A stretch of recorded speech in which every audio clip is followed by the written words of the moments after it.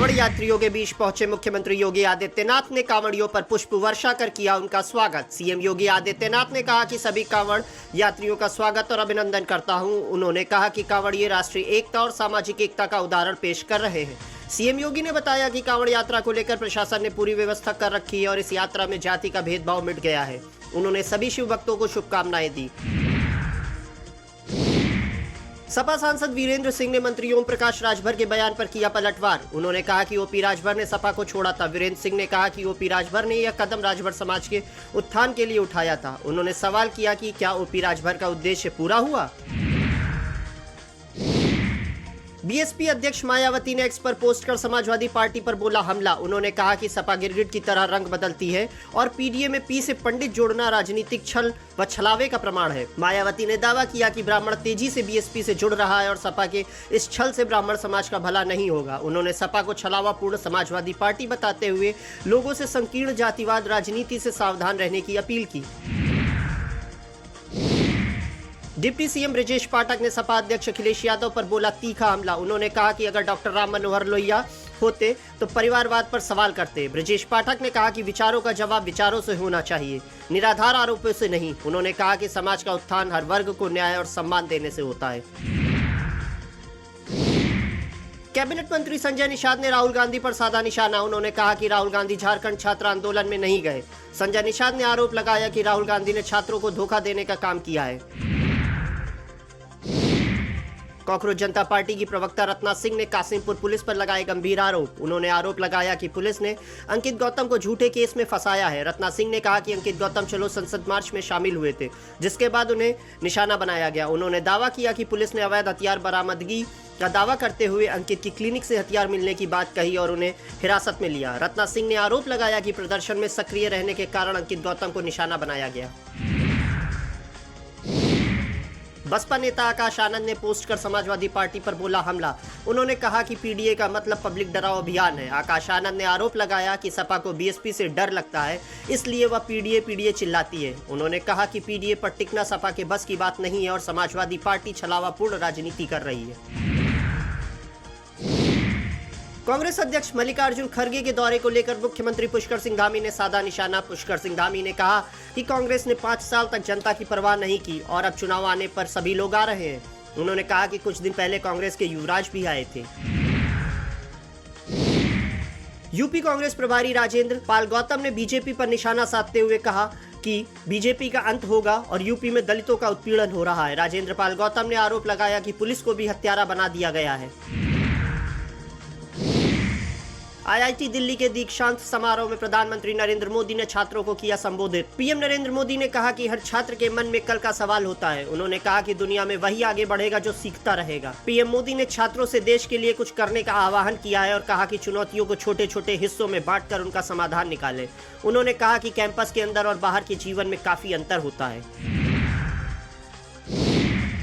नेता विपक्ष राहुल गांधी ने महिला आरक्षण विधेयक को लेकर एक्स पर किया पोस्ट। उन्होंने कहा कि महिला आरक्षण विधेयक 2023 को लागू किया जाना चाहिए। राहुल गांधी ने कहा कि कानून 2023 में सर्वसम्मति से पास हुआ था, फिर भी 3 साल बाद इसे लागू क्यों नहीं किया गया। उन्होंने सवाल उठाया कि इसे परिसीमन से बेवजह क्यों जोड़ा जा रहा है।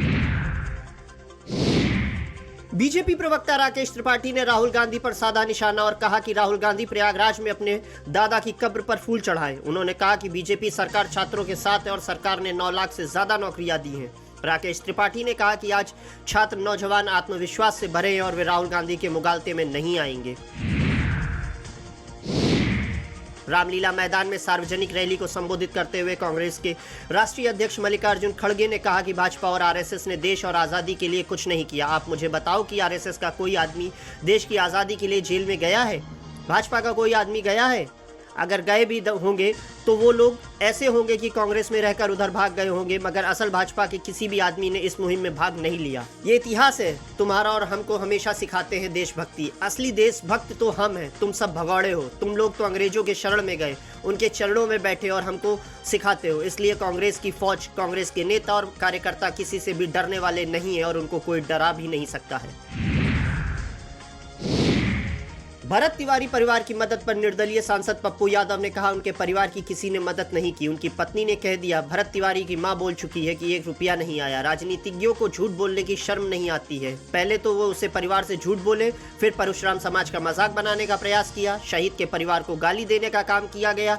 एक तो खुद 1 रुपए का मदद नहीं की और फिर चुनाव में उसका मजाक बनाने का भी प्रयास किया गया। केंद्रीय गृह मंत्री अमित शाह ने बीएससी में सहकारी बैंक क्षेत्र के नेताओं को संबोधित करते हुए कहा कि मैं आप सभी को बताना चाहता हूं कि अम्ब्रेला संस्थान से अर्बन कोऑपरेटिव बैंक का हमारा जो आंदोलन है, इसको एक बहुत बड़ा नवजीवन मिलने वाला है। अम्ब्रेला संस्थान जो काम करेगा उससे हमारी बैंकिंग सेवाएं आधुनिक, विश्वसनीय, पारदर्शी बनेंगी और इसके आधार पर अर्बन कोऑपरेटिव बैंक के कॉन्सेप्ट को हम विकसित करना चाहते हैं और बढ़ाना चाहते हैं और एक तरह से इसकी शुरुआत आज से हो रही है। किरण रिजिजू के बयान पर कांग्रेस सांसद इमरान मसूद ने कहा, महिला आरक्षण बिल संसद से पास हो चुका है। महिला आरक्षण बिल कानून का हिस्सा है। अब यह सरकार परसीमन विधेयक ला रही है। परसीमन विधेयक और महिला आरक्षण को एक साथ करके ये भ्रमित करने की कोशिश कर रहे हैं। महिला आरक्षण बिल हम लोग पहले ही पास कर चुके हैं। परसीमन विधेयक पर हमारी घोर आपत्ति है क्योंकि हम समझते हैं कि ये राष्ट्र के लिए ठीक नहीं है। देश में एक नई बहस उत्तर भारतीय बनाम दक्षिण भारतीय शुरू हो जाएगी और उसके गंभीर नतीजे होंगे, इसलिए ये देश हित में नहीं है। राजद सांसद मनोज कुमार झा ने केंद्रीय मंत्री किरण रिजिजू के ट्वीट पर कहा, महिला आरक्षण बिल तो पास हो चुका है लेकिन आप लोगों ने उसे अपने एजेंडे में रख लिया है। क्या वो बिल पास नहीं हुआ था जब आप नई संसद भवन में आए थे? मामले को आप लोगों ने परिसीमन से जोड़ा। आप सभी से इसे लागू कर दीजिए, हम उसका समर्थन करेंगे।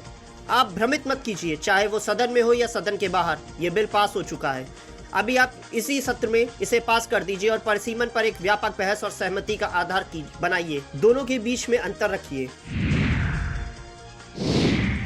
कांग्रेस प्रदेश अध्यक्ष अजय राय ने कांग्रेस के छात्रों की गूंज कार्यक्रम पर कहा, राहुल गांधी से पूरी सरकार डर गई है। पूरी भाजपा के लोग डरे हुए हैं, घबराए हुए हैं क्योंकि उन्होंने बच्चों के लिए या देश हित में कोई काम नहीं किया। अकेला एक व्यक्ति जो पूरे देश में ललकार रहा है और वो है राहुल गांधी। कोटा में भी उनके कार्यक्रम को बाधित करने का प्रयास किया गया। यहाँ प्रयागराज पर भी पहले हमें 30 तारीख को कार्यक्रम के लिए अनुमति दी गई थी, लेकिन बाद में सरकार के दबाव में कार्यक्रम की अनुमति निरस्त कर दी गई। हालांकि बाद में फिर छात्रों के दबाव में उन्हें फिर से इसकी अनुमति देनी पड़ी। दिल्ली की मुख्यमंत्री रेखा गुप्ता ने दिलशाद गार्डन के पास अफसरा बॉर्डर पर कांवड़ सेवा शिविर का दौरा किया। इस दौरान उन्होंने कहा, दिल्ली अभी शिवमय हुई पड़ी है। सैकड़ों कांवड़ कैंप लगे हुए और हजारों कांवड़िए यहां पर पहुंच रहे हैं। दिल्ली राज्य पूरी मुस्तैदी के साथ सभी कांवड़ लेकर आने वाले शिव भक्तों का स्वागत कर रही है। सभी व्यवस्थाएं यहां हमने की हुई हैं और किसी भी कांवड़ को लेकर आने वाले भाई बहन के पांव में कांटा या कंकड़ ना लगे, ऐसी व्यवस्था भी दिल्ली सरकार ने कर रखी है। ट्रैफिक पुलिस पूरी तरह से ट्रैफिक मैनेजमेंट को देख रही है। कांवड़ियों के साथ कोई परेशानी ना हो, इसका ध्यान रखा जा रहा है। कांग्रेस सांसद पवन खेड़ा ने अमेरिका के प्रतिबंध बिल पर कहा, ऐसा कहीं से भी लगता है कि हिंदुस्तान अब आजाद है। जो आता है वो हिंदुस्तान के आगे अपनी शर्तें रखता है कि आप तेल यहाँ से खरीद सकते हैं, इतना खरीद सकते हैं या इतना नहीं खरीद सकते हैं। ये जवाब इनसे मांगना चाहिए जो अपने आप को विश्व गुरु कहते हैं। उनकी संसद में आने की हिम्मत नहीं है क्योंकि इन्हीं सब बातों पर उनसे जवाब मांगा जाएगा। अमेरिका की प्रतिबंध बिल पर कांग्रेस सांसद प्रमोद तिवारी ने कहा, मैं इसे मोदी सरकार की विदेश और आर्थिक नीति की असफलता मानता हूं। ईंधन किससे खरीदेंगे, कितना खरीदेंगे, ये हम तय करेंगे या अमेरिका तय नहीं करेगा। ये मोदी सरकार की कमजोरी है। भारत को पूरी दृढ़ता दिखानी चाहिए और जिस जगह से जितना सस्ता तेल मिल सके भारत के लिए खरीदें, जिससे भारतीय अर्थव्यवस्था पर प्रतिकूल प्रभाव ना पड़े। आपके दिल्ली अध्यक्ष सौरभ भारद्वाज ने लोकसभा नेता प्रतिपक्ष और कांग्रेस सांसद राहुल गांधी के छात्रों की गूंज कार्यक्रम पर कहा, मेरा मानना है कि हर राजनीतिक पार्टी को अपने राजनीतिक नैरेटिव को आगे बढ़ाने के लिए इस तरह के कार्यक्रम करने चाहिए। सभी को इसका अधिकार है। यदि किसी को अपनी बातें आगे रखनी है तो उसे ऐसा करना दिया जाना चाहिए। उत्तर प्रदेश सरकार में मंत्री नरेंद्र कुमार कश्यप ने कहा, हापुड़ जनपद में मुझे भगवान शिव भक्तों का स्वागत पुष्प वर्षा के साथ करने का अवसर मिला। मेरठ में प्रदेश के मुख्यमंत्री योगी आदित्यनाथ भी पुष्प वर्षा के साथ शिव भक्तों का स्वागत कर रहे हैं। उन्हीं के मार्गदर्शन में हम हापुड़ में आज पुष्प वर्षा करके शिव भक्तों का स्वागत कर रहे हैं। कांवड़ यात्रा बहुत ही सुगमता के साथ संपन्न हो रही है। बिहार के मुख्यमंत्री सम्राट चौधरी ने पुनौरा धाम में नए मंदिर के निर्माण कार्य पर कहा, आज माता को दूसरे स्थान पर स्थापित किया गया। हमारा लक्ष्य है कि 31 दिसंबर 2028 तक मंदिर का पूर्ण निर्माण करके फिर से मां को स्थापित किया जाए। भाजपा के राष्ट्रीय अध्यक्ष Nitin Nabin Om Shanti retreat centre ORC में आयोजित विश्व बंधुत्व रक्तदान महाअभियान 2026 में शामिल हुए। उन्होंने कहा, मुझे एक पूर्ण उद्देश्य से यहां आने का मौका मिला, जहां रक्तदान अभियान की शुरुआत हो रही है। वहीं नशा मुक्ति के अभियान और संकल्प को भी हमने लिया। विश्व में सबसे अधिक युवा आबादी वाला देश भारत है। उसकी युवा आबादी की ऊर्जा का संचार सही दिशा में हो। निश्चित तौर पर नशा मुक्ति के इस अभियान से भारत का हर युवा जुड़े, हर परिवार जुड़े, समाज का हर वर्ग जुड़े।